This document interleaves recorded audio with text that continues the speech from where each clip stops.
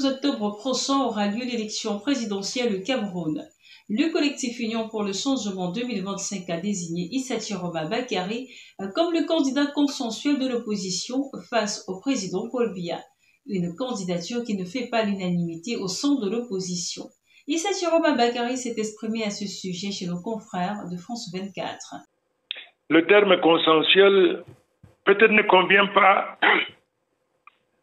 à beaucoup de candidats, ceux-là qui ont été proclamés officiellement candidats, mais qui malheureusement ont décliné l'offre. Les dirigeants du mouvement Union pour le changement, ils ont défini des critères.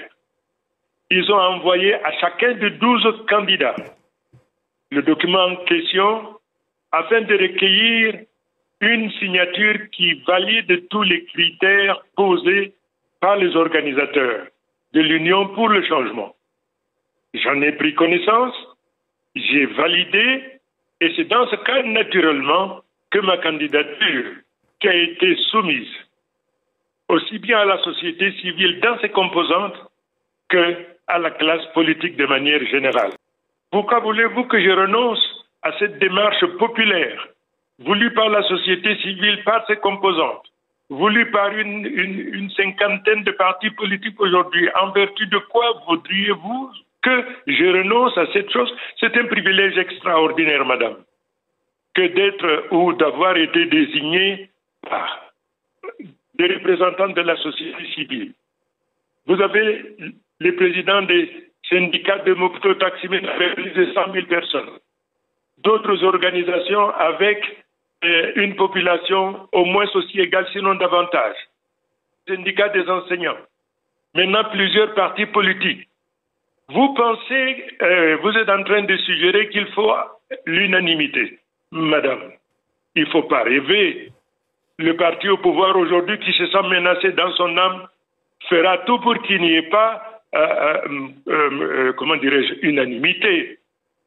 J'ai accepté avec beaucoup d'honneur, beaucoup de respect, et je me suis engagé sans réserve à donner le meilleur de moi-même, pas seulement moi, tout ce dont je suis porteur de l'espoir. Et bien pour savoir quel est le rôle et la place qu'occupe Chiroma ici dans la scène politique, il n'y a qu'à écouter, aller sur la toile. Il ne se passe pas un instant sans qu'on ait prononcé le nom Chiroma. Positivement ou négativement, peu importe. Il n'y a pas de radio et télévision où le nom de Chiroma ne revienne pas comme un mantra. Voyez-vous, je suis très heureux, je suis très fier d'être porteur de cet espoir à cette jeunesse que je connais très bien. Pour avoir été ministre en charge de l'emploi et de la formation professionnelle, je connais la souffrance de cette jeunesse. Je représente l'espoir, madame. Pour avoir été ministre des Transports, avoir révolutionné le transport dans notre pays, pour avoir été ministre de la communication, porte-parole du gouvernement. Parce que cette jeunesse aujourd'hui, dont je suis porteur d'espoir, contrairement à ce qu'on peut dire, c'est moi qui suis allé dire à cette jeunesse, vous avez des diplômes qui ne vous ouvrent pas les portes de la production de la richesse.